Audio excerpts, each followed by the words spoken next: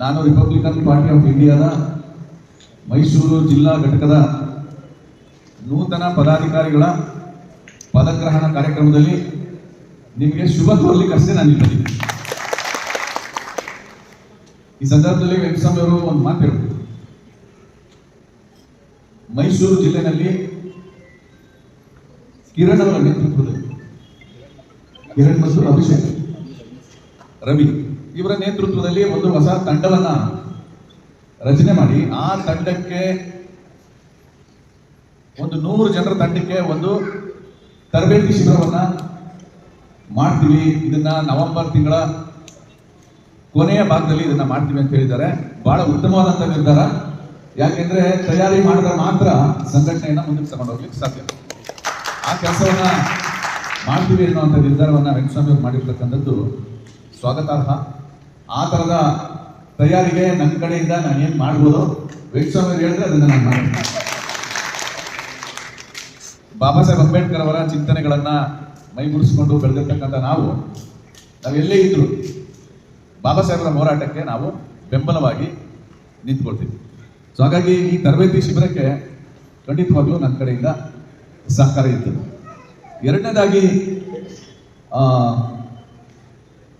ರಾಮದಾಸ್ ಅಠವಾಲೆ ಅವರು ಕೇಂದ್ರ ಸಚಿವರು, NDA ಸರ್ಕಾರದ ಒಂದು ಭಾಗ ಅವರು, ಅವರ ನೇತೃತ್ವದಲ್ಲಿ ಮೈಸೂರಿನ ಮಹಾರಾಜಾಸ್ ಕಾಲೇಜಲ್ಲಿ ರಿಪಬ್ಲಿಕನ್ ಪಾರ್ಟಿ ಆಫ್ ಇಂಡಿಯಾದ ಒಂದು ಬೃಹತ್ ಕಾರ್ಯಕರ್ತರ ಸಮಾವೇಶ ಮಾಡ್ತೀವಿ ಅನ್ನುವಂಥ ಸೂಚನೆಯನ್ನು ನಿಮ್ಗೆ ಕೊಟ್ಟಿದ್ದಾರೆ. ಇಲ್ಲಿರೋ ಕಾರ್ಯಕರ್ತರಿಗೆ ನನ್ನ ಕಿವಿ ಮಾತಿನಂದ್ರೆ ಇದು ಸಾಮಾನ್ಯ ಕಾರ್ಯ ಅಲ್ಲ. 10,000 ಜನರನ್ನ ಸಂಘಟನೆ ಮಾಡಿ ದೊಡ್ಡ ನಿಮ್ಮ ನಾಯಕರನ್ನ ಇಲ್ಲಿ ಕರೆಸಿ ಮಹಾರಾಜಾಸ್ ಕಾಲೇಜ್ ಗ್ರೌಂಡಲ್ಲಿ ಮಾಡ್ತಕ್ಕಂಥದ್ದು ಸಾಮಾನ್ಯವಾದಂಥ ಕೆಲಸ ಅಲ್ಲ, ಅಸಾಮಾನ್ಯವಾದಂಥ ಕೆಲಸ. ನೀವು ಇಲ್ಲಿ ಬಂದಿರೋರೆಲ್ಲ ಮನಸ್ಸು ಮಾಡಿದ್ರೆ ಅದನ್ನ ಸಕ್ಸಸ್ ಮಾಡ್ಬೋದು. ಆ ಕಾರ್ಯಕ್ರಮಕ್ಕೂ ನನ್ನ ಕಡೆಯಿಂದ ಏನ್ ಸಹಕಾರ ಬೇಕೋ ಅದನ್ನ ಮಾಡಲಿಕ್ಕೆ ನಾನು ತಯಾರಿದ್ದೀನಿ. ನಾನು ರಾಮದಾಸ್ ಅಠವಾಲೆ ಸಾಹೇಬರು ಬರುವಂತ ಕಾರ್ಯಕ್ರಮದಲ್ಲಿ ನಾನು ಇರ್ತೀನಿ. ಯಾಕೆಂದ್ರೆ ನನಗೆ ವೆಂಕಟಸ್ವಾಮಿ ಅವರಿಗೆ ರಾಮದಾಸ್ ಅಠವಾಲೆ ಅವರು ಬಹಳ ಹಳೆಯ ಸ್ನೇಹ. ಸೊ ಹಾಗಾಗಿ ಅವ್ರು ಬರೋ ಕಾರ್ಯಕ್ರಮದಲ್ಲಿ ನಾನು ಕೂಡ ನಿಮ್ಮ ಜೊತೆಲಿ ಇರ್ತೀನಿ. ಇಷ್ಟನ್ನ ಹೇಳ್ತಾ ಸ್ನೇಹಿತರೆ, ಬಾಬಾ ಸಾಹೇಬ್ ಅಂಬೇಡ್ಕರ್ ಅವರು ಒಂದು ಐತಿಹಾಸಿಕ ಮಾತುಗಳನ್ನ ಸಂವಿಧಾನ ರಚನಾ ಸಭೆಯ ಒಳಗಡೆ ಅಂತಿಮ ದಿನದಲ್ಲಿ ಸಂವಿಧಾನವನ್ನ ಮಂಡನೆ ಮಾಡ್ತಕ್ಕಂಥ ಕೊನೆಯ ದಿನದಲ್ಲಿ ಮಾತಾಡಿರುವಂತ ಒಂದು ಮಾತನ್ನ ನಿಮಗೆ ಜ್ಞಾಪಿಸಿ ಆ ದಿಕ್ಕಿನಲ್ಲಿ ರಿಪಬ್ಲಿಕನ್ ಪಾರ್ಟಿ ಆಫ್ ಇಂಡಿಯಾ ಕೆಲಸ ಮಾಡಬೇಕಾಗುತ್ತೆ ಅನ್ನೋದನ್ನ ನಿಮ್ಗೆ ಹೇಳಲಿಕ್ಕೆ ಬಯಸ್ತೇನೆ. ನಮ್ಗೆಲ್ಲ ಗೊತ್ತಿದೆ, ನವೆಂಬರ್ 26, 1949ರಲ್ಲಿ ಬಾಬಾ ಸಾಹೇಬ್ ಅಂಬೇಡ್ಕರ್ ಈ ದೇಶಕ್ಕೆ ಸಂವಿಧಾನವನ್ನ ಅರ್ಪಣೆ ಮಾಡಿದ್ರು. ಜನವರಿ 26, 1950ರಲ್ಲಿ ಸಂವಿಧಾನ ಜಾರಿಯಾಯಿತು. ಅರ್ಪಣೆ ಮಾಡಿದಂತ ಕೊನೆಯ ಮಾತು ಏನು ಅಂತಂದ್ರೆ, ಬಾಬಾ ಸಾಹೇಬ್ ಹೇಳಿದ್ದು ಜನವರಿ 26, 1950ರಿಂದ ಭಾರತೀಯರಾದಂತ ನಾವು ಒಂದು ಹೊಸ ಜೀವನವನ್ನ ಪ್ರವೇಶ ಮಾಡ್ತಾ ಇದ್ದೀವಿ.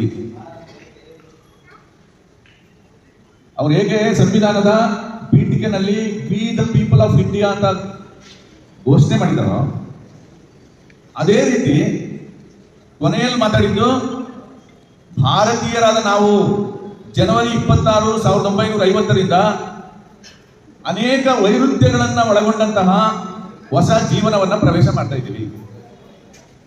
ಹೊಸ ಜೀವನ ಅಂತ ಯಾಕೆ ಹೇಳಿದ್ರು ಅಂದ್ರೆ, 200 ವರ್ಷಗಳ ಬ್ರಿಟಿಷರ ಆಳ್ವಿಕೆಯಿಂದ ಬಿಡುಗಡೆಯಾಗಿ ನಮಗೆ ಸ್ವಾತಂತ್ರ್ಯ ಬಂದಿದೆ. ಸ್ವತಂತ್ರ ಭಾರತವನ್ನ ಹೇಗೆ ಆಳ್ವಿಕೆ ಮಾಡಬೇಕಾಗಿದೆ ಅನ್ನುವಂತಹ ಶಾಸನವನ್ನ ಸಂವಿಧಾನದ ಮೂಲಕ ನಾವು ರೂಪಿಸ್ಕೊಳ್ತಾ ಇದ್ದೀವಿ. ಹಾಗಾಗಿ ಹೊಸ ಜೀವನಕ್ಕೆ ಪ್ರವೇಶ ಮಾಡ್ತಾ ಇದ್ದೀವಿ. ಈ ಹೊಸ ಜೀವನದಲ್ಲಿ ಅನೇಕ ವೈರುಧ್ಯಗಳಿದೆ. ಆ ವೈರುಧ್ಯಗಳನ್ನ ಬಾಬಾ ಸಾಹೇಬ್ ಏನ್ ಹೇಳ್ತಾರೆ ಅಂತಂದ್ರೆ, ನಾವು ರಾಜಕೀಯವಾಗಿ ಸಮಾನತೆಯನ್ನ ಗಳಿಸ್ಕೊಂಡಿದ್ದೀವಿ. ರಾಜಕೀಯ ಸಮಾನತೆ ಅಂದ್ರೆ ಒಬ್ಬ ವ್ಯಕ್ತಿಗೆ ಒಂದು ಓಟಿಗೆ ಒಂದು ಮೌಲ್ಯ. ಈ ರಾಜಕೀಯ ಸಮಾನತೆಯನ್ನ ಗಳಿಸ್ಕೊಂಡಿದ್ದೀವಿ. ಆದ್ರೆ ಸಾಮಾಜಿಕ ಆರ್ಥಿಕ ಅಸಮಾನತೆ ಇನ್ನೂ ಹಾಗೆ ಇದೆ. ಇನ್ನು ಎಷ್ಟು ದಿನ ಮುಂದುವರ್ಸೋಣ ಇದನ್ನ?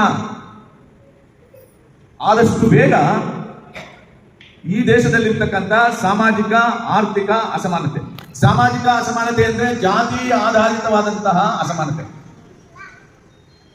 ಆರ್ಥಿಕ ಅಸಮಾನತೆ ಅಂತಂದ್ರೆ ಬಹುಸಂಖ್ಯಾತ ಬಡವರಿದ್ದಾರೆ, ಕೆಲವು ಶ್ರೀಮಂತರಿದ್ದಾರೆ. ಈ ಆರ್ಥಿಕ ಅಸಮಾನತೆ ಮತ್ತು ಸಾಮಾಜಿಕ ಅಸಮಾನತೆಯನ್ನ ಆದಷ್ಟು ಬೇಗ ಹೋಗಲಾಡಿಸಬೇಕು.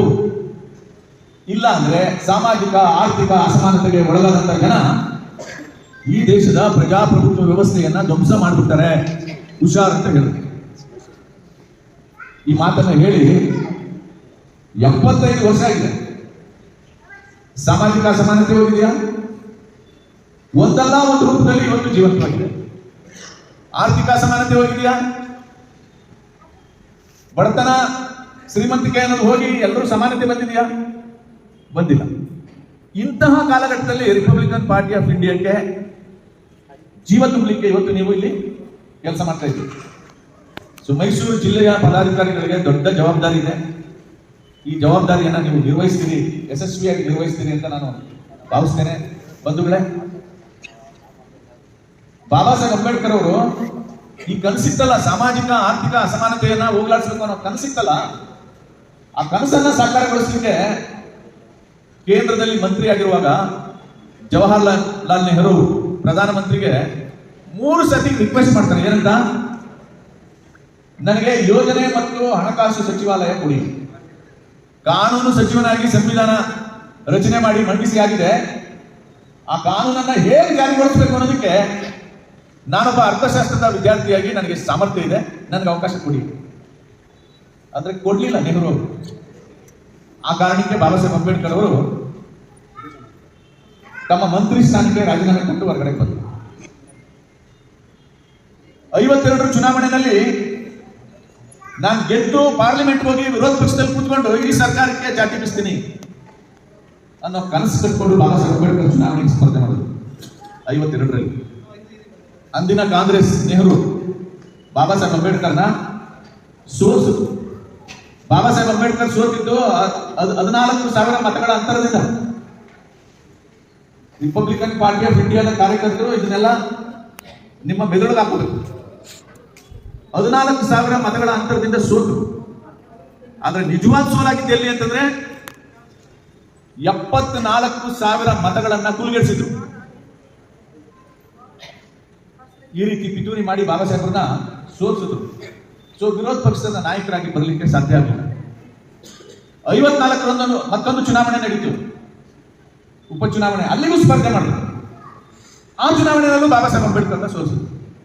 ಹಾಗಾಗಿ ಇಡೀ ಲೋಕಸಭೆಯಲ್ಲಿ ಸಮರ್ಥ ವಿರೋಧ ಪಕ್ಷದ ನಾಯಕ ಇಲ್ಲದೆ ನವ ಭಾರತವನ್ನ ಹೇಗೆ ಕಟ್ಟಬೇಕು ಅನ್ನೋ ಯೋಜನೆಗಳಿಲ್ಲದೆ ಇದ್ರು. ಪರಿಣಾಮ ಏನಾಯ್ತು ಗೊತ್ತಾ ಬಂಧುಗಳೇ?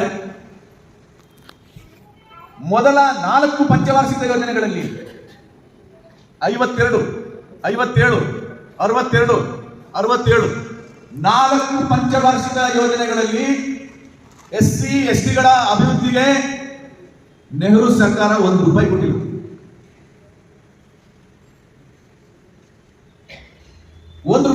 ನಾನು ಅಧಿಕೃತವಾದಂತಹ ಮಾಹಿತಿ ಇಟ್ಕೊಂಡು ಮಾತಾಡ್ತಾ ಇದ್ದೀನಿ.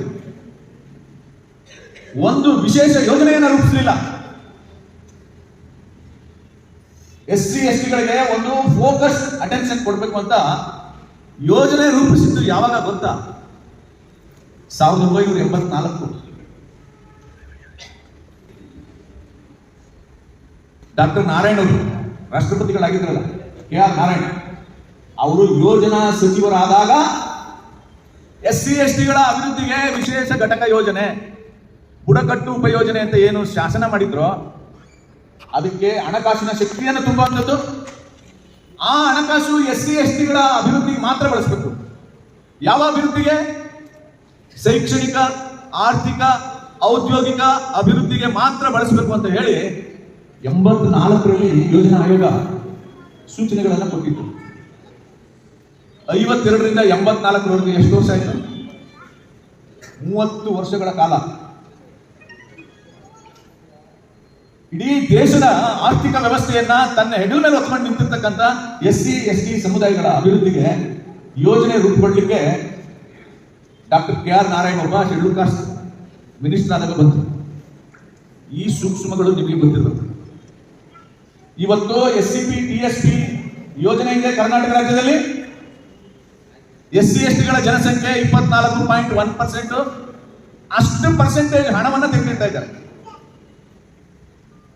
ಆದ್ರೆ ಅದು ಉಪಯೋಗ ಆಗ್ತಾ ಇರೋದು ಇಲ್ಲಿಗೆ. ಸನ್ಮಾನ್ಯ ಸಿದ್ದರಾಮಯ್ಯನವರ ನೇತೃತ್ವದ ಸರ್ಕಾರ, ಸನ್ಮಾನ್ಯ ಡಾಕ್ಟರ್ HC ಮಾದೇವಪ್ಪನವರು ಸಮಾಜ ಕಲ್ಯಾಣ ಸಚಿವರಾಗಿ ಪ್ರತಿ ವರ್ಷ 2023, 24, 25 3 ವರ್ಷದಲ್ಲಿ 39,000 SCP TSP ಹಣವನ್ನ ಗ್ಯಾರಂಟಿ ಯೋಜನೆಗಳಿಗೆ ಬಳಸುತ್ತೆ.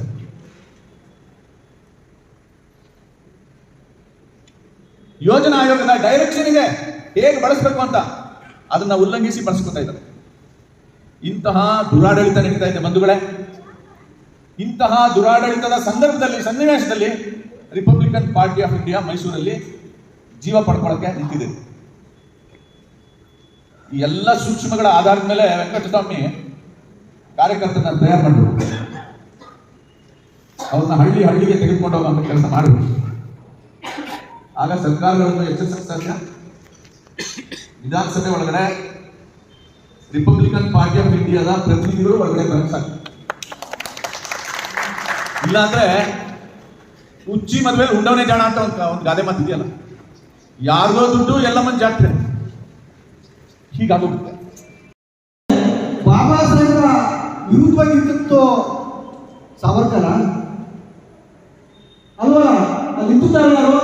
ಕಾಂಗ್ರೆಸ್ನ ಅಭ್ಯರ್ಥಿ ಕಾಜೋಲ್ಕರ್.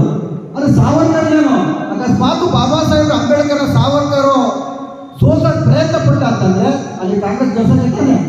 ಇಂಥ ಒಂದು ಸಣ್ಣ ಸೂಕ್ಷ್ಮ ಅರ್ಥ ಆಗಲ್ಲ ಅಂತ ನಾವಾದ್ರೂ ಕೂಡ ಭಾವಿಸ್ತೀವ. ಇದು ಮೂರ್ಖತನದ ಹೇಳಿಕೆ, ಸಿದ್ದರಾಮಯ್ಯ ಇದು ಮೂರ್ಖತನದ ಹೇಳಿಕೆ ಅಂತ ಈ ಸಂದರ್ಭದಲ್ಲಿ ಹೇಳ್ತೀವಿ.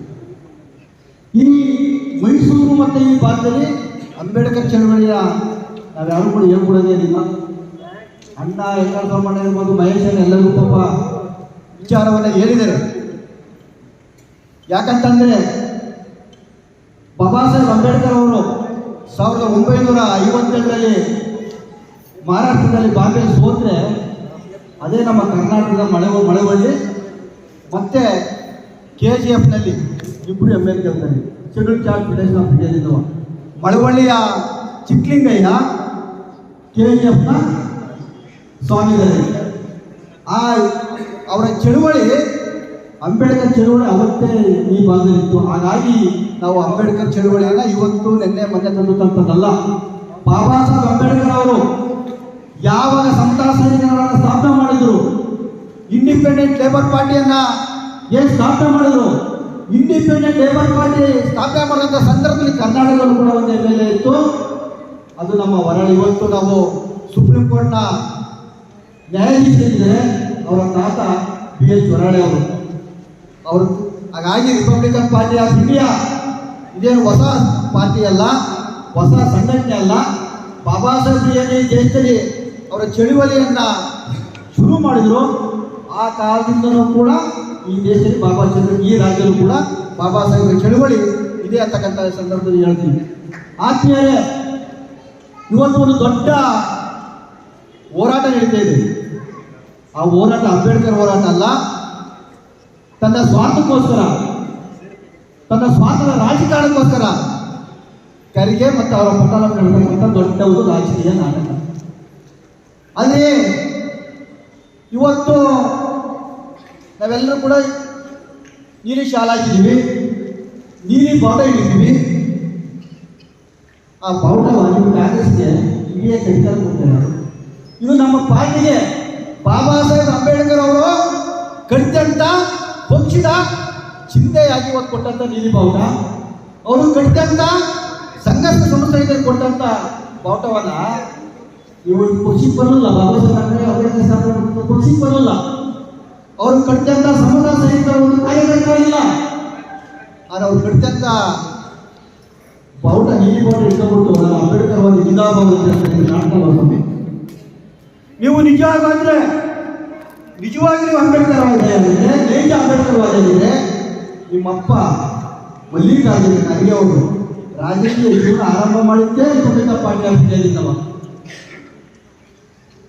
ಆದರೆ ತನ್ನ ಅಧಿಕಾರದ ಆಡಳಿತ ಕಾಂಗ್ರೆಸ್ಗೆ ಹೋದ್ರಿ.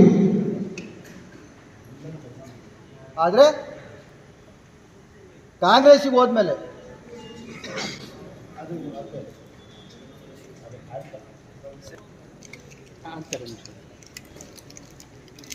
ಮಲ್ಲಿಕಾರ್ಜುನ ಅವರು ಖರ್ಗೆ ಅವರು ನಿಜವಾಗ್ಲೂ ಅವರು ಅಂಬೇಡ್ಕರ್ ಮೇಲೆ ಅಷ್ಟೊಂದು ಅಭಿಮಾನ ಇದ್ದಿದ್ರೆ ನೀವು ರಿಪಬ್ಲಿಕನ್ ಪಾರ್ಟಿ ಇಂಡಿಯಾನ ಕಟ್ಬೋದಿತ್ತು. ಆದರೆ ಇವತ್ತು ಕಾಂಗ್ರೆಸ್ ಜೊತೆ ಹೋಗಿ ಅವರು ಸುಮಾರು 50 ವರ್ಷಗಳಿಂದ ಅಧಿಕಾರವನ್ನು ಅನುಭವಿಸಿ ಅದರ ಜೊತೆಗೆ ಇವತ್ತು ಅವ್ರ ಮಗನು ಕೂಡ MLA ಮಿನಿಸ್ಟ್ರು. ಅಷ್ಟು ಸಾಲದು ಅಂತ ಹೇಳಿ ಅಳಿಮೈನು ಕೂಡ MP. ಇಡೀ ಗುಲ್ಬರ್ಗದಲ್ಲಿ ಮತ್ತೊಬ್ಬ MP ಆಗ್ತಕ್ಕಂಥ ಅರ್ಹತೆ ಇರ್ತಕ್ಕಂಥವ್ರು ಅಥವಾ MLA ಮಂತ್ರಿ ಆಗ್ತಕ್ಕಂಥ ಅರ್ಹತೆ ಇರ್ತಕ್ಕಂಥವ್ರು ಅವ್ರ ಮನೆಯವ್ರು ಬಿಟ್ಟರೆ ಯಾರು ಇರಲಿಲ್ಲ ಅಂತಕ್ಕಂಥದ್ದು ನಮ್ಮಲ್ಲಿ ಪ್ರಶ್ನೆ ಆಗಿದೆ. ಆ ದೃಷ್ಟಿಯಿಂದ ಇವತ್ತು ಸಮತಾ ಸೈನಿಕ ದಳ ಏನು ಬಾಬಾ ಸಾಹೇಬ್ ಅಂಬೇಡ್ಕರ್ ಅವರು 1927ರಲ್ಲಿ ಏನು ಸ್ಥಾಪನೆ ಆಯಿತು, ಅದಕ್ಕಿಂತ ಮೊದಲು ಬೈಸುತ ಹಿತಕಾರಣಿ ಸಭಾ ಅಂತೇಳಿ ಏನು ಸ್ಥಾಪನೆ ಆಯಿತು, ಅವರು RSSಗಿಂತವ ಭಾಳ ಒಂದು ಶಿಸ್ತುಬದ್ಧ ಸಂಘಟನೆ ಎಲ್ಲರೂ ಕೂಡ ಅರ್ಥ ಮಾಡ್ಕೊಳ್ಬೇಕು. RSS ಅಲ್ಲ, RSSಗಿಂತಲೂ ಕೂಡ ಒಂದು ದೊಡ್ಡ ಶಿಸ್ತುಬದ್ಧ ಸಂಘಟನೆ ಯಾವ್ದಾದ್ರೆ ಈ ದೇಶದಲ್ಲಿ ಅಂತಂದ್ರೆ ಅದು ಸಮತಾ ಸೈನಿಕಗಳ ಕರವು. ಎಲ್ಲೂ ಕೂಡ ಯೂನಿಫಾರ್ಮ್ ಇದೆ, ಪಿರಿಯಡ್ ಇದೆ, ಪಥಸಂಚಲನ ಮಾಡ್ತಾರೆ ಅಂತ ಒಂದು ಸಂಘಟನೆಯನ್ನು ಬಿಟ್ಟು ಇವತ್ತು ಬೇರೆ ಬೇರೆ ಏನೇನು ಮಾತಾಡ್ತಾರೆ. ಹಾಗಾಗಿ ಸಮಯ ಈ ಹಾಲನ್ನ ಹುಡ್ಕೊಳ್ಬೇಕು. ಹಾಗಾಗಿ ಇವತ್ತು ಇವೆಲ್ಲರೂ ಕೂಡ ಅರ್ಥ ಮಾಡ್ಕೋಬೇಕು. ಬಾಬಾ ಸಾಹೇಬರು ನೀವು ಸಂಘಟಿತಂತ ಹಾಗೆ ಅಂತ ಹೇಳಿ ಸಮತಾ ಸೈನಿಕಗಳನ್ನು ಕೊಟ್ಟರು. ನೀವು ಒಂದು ರಾಜಕೀಯ ಅಧಿಕಾರವನ್ನು ಹಿಡಿಬೇಕಂತ ಹೇಳಿ ರಿಪಬ್ಲಿಕನ್ ಪಾರ್ಟಿ ಆಫ್ ಇಂಡಿಯಾವನ್ನು ಕೊಟ್ಟರು. ನೀವೆಲ್ಲರೂ ಕೂಡ ವಿದ್ಯಾವಂತರಾಗಬೇಕಂತ ಹೇಳಿ people education society of India ಅಂತ ಕೊಟ್ಟರು. ಅದರ ಜೊತೆಗೆ ನೀವು ಧಾರ್ಮಿಕವಾಗಿ ನಿಮಗೆ ಒಂದು ಧರ್ಮ ಬೇಕಂತ ಹೇಳಿ ಬೌದ್ಧ ಧರ್ಮವನ್ನು ಕೊಟ್ಟು ಆ ಧರ್ಮವನ್ನು ಕಟ್ಟಲಿಕ್ಕಾಗಿ ಬುದ್ಧಿ ಸೊಸೈಟಿ ಆಫ್ ಇಂಡಿಯಾವನ್ನು ಕೊಟ್ಟು ಈ 4 ರಥಗಳನ್ನು, ಈ 4 ಸಂಘಟನೆಗಳನ್ನು ಈ ರಾಜ್ಯದಲ್ಲಿ ಯಾರು ಮುಂದುವರಿಸ್ತಿದ್ದಾರೆ ಅಂದರೆ ಅದು ನಮ್ಮ ಅಣ್ಣ ಯಡಿಯೂರಪ್ಪನವರು. ಈ 4 ಸಂಘಟನೆಯನ್ನ ಮುಂದುವರಿಸಿ ಬಾಬಾ ಸಾಹೇಬ್ರ ಪಕ್ಷಗಳು ಸಂಘಟನೆಗಳು ಜೀವಂತವಾಗಿ ಉಳಿತಿರ್ತಕ್ಕಂಥ ಅಣ್ಣ ಯಡಿಯೂರಪ್ಪನ ಏನಿದ್ರೆ ನೀನಿರ್ತಕ್ಕಂಥದ್ದು ಕಾಂಗ್ರೆಸ್ನಲ್ಲಿ ಹೋರಾಟಕ್ಕೆ ಬೀದಿಗಿರಿ ಅಂತ ನೀವು ಕಾಂಗ್ರೆಸ್ ಇರ್ತಕ್ಕಂಥ ಭಾರತೀಯ ಸೇವಾದಳ ಇದೆಯಲ್ಲ ಅದು ಕರೆ ಕೊಡಬೇಕಾಗಿತ್ತು. ಅಥವಾ ಕಾಂಗ್ರೆಸ್ ಇರ್ತಕ್ಕಂಥ ಮುಖಂಡರಿದ್ದಾರೆ ಅವ್ರನ್ನ RSS ವಿರುದ್ಧ ನೀನು ಬೀದಿಗಿರಿ ಅಂತ ಹೇಳ್ಬೇಕಾಗಿತ್ತು. ಆದರೆ ದಲಿತ ಸಂಘಟನೆಲ್ಲ ಬೀದಿಗಳು ಟೋಟಲ್ ಹಾಕಿಬಿಡ್ತೀನಿ ಅಂತ ಹೇಳ್ತೀನಲ್ಲ, ಇದಕ್ಕೆ ನಮ್ಮ ಧಿಕ್ಕಾರ ಇದೆ. ಯಾಕಂತಂದ್ರೆ ನಮ್ಮ ಹೋರಾಟಕ್ಕೆ ನಿಮ್ಮ ಕಾಂಗ್ರೆಸ್ ಒಬ್ಬರು ಬರಲ್ಲ, ಆದರೆ ನಿಮ್ಮ ಕಾಂಗ್ರೆಸ್ ಹೋರಾಟಕ್ಕೆ ನಾವು ಯಾಕೆ ಬರಬೇಕು ಅಂತಕ್ಕಂಥದ್ದು ಒಂದು ಪ್ರಶ್ನೆ. ಈಗ ನಡೆರ್ತಕ್ಕಂಥ ಹೋರಾಟ ಇದು ಯಾವುದು ಕೂಡ ದಲಿತರ ಪರವಾಗಿರ್ತಕ್ಕಂಥದ್ದಲ್ಲ, ಸಂವಿಧಾನವನ್ನು ರಕ್ಷಣೆ ಮಾಡ್ತಕ್ಕಂಥದ್ದಲ್ಲ. ಇವೆಲ್ಲವೂ ಹೋರಾಟ ಕೂಡ ದಲಿತರನ್ನ ಹೆಸರಿನಲ್ಲಿ ಇವತ್ತು ಒಂದು ರಾಜಕೀಯ ನಾಟಕವನ್ನು ಆಡ್ತಿದ್ರೆ ಇದನ್ನು ನಾವೆಲ್ಲರೂ ಕೂಡ ಖಂಡಿಸ್ತಾ ಈ ಸಂದರ್ಭದಲ್ಲಿ ನಾವು ಇವತ್ತು ಮೈಸೂರಲ್ಲಿ ಹೊಸ ಪದಾಧಿಕಾರಿಗಳನ್ನ ಆಯ್ಕೆ ಮಾಡ್ತಕ್ಕಂಥ ಕೆಲಸ ನಡೀತಾ ಇದೆ.